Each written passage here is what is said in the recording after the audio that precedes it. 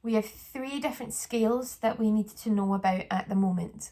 The first one is a major scale. So if we were in the key of C major, I would play the notes of C to C and play all the notes in between, staying to my key signature. And we know that in C major, there are no sharps and flats. So I play C to C with no other notes changed. So just all the white notes.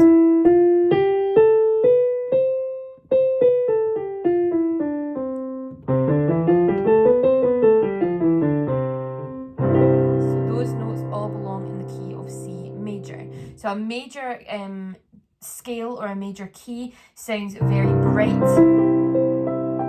in sound. Because of this note here, this is the third, and the third is nice and bright because it's a little bit higher up in comparison to the minor scale. And the minor scale, we need to stick to our key signature for that key as well. So I'm going to do an A minor scale. Okay, so in A minor we don't have any sharps or flats, but we know in the melody there is a G sharp, so I'm going to change my G to a G sharp. So I'm going to play from A to A, but I'm going to change my G to G sharp instead.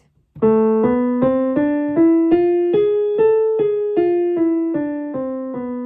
both hands.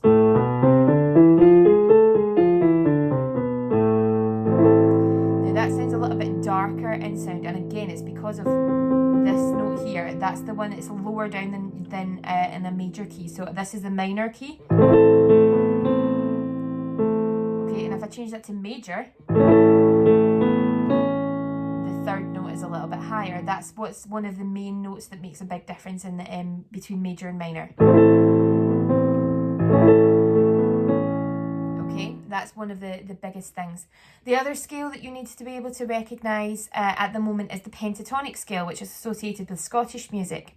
And in the Scottish music topic, we talked about how anything that's in the pentatonic scale can be played on these black notes up on the keyboard, because there's only 5 of them before they start repeating, and that's the order of the notes of the pentatonic scale. So if I play you an example of a pentatonic scale just now.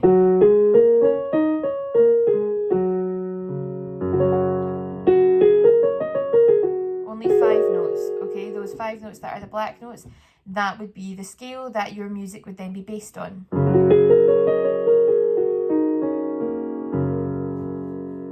So those are the only scales that you need to know. Major,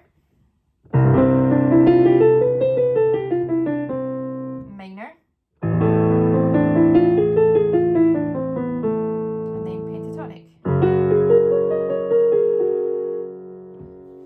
Hopefully you can hear the difference between all of them.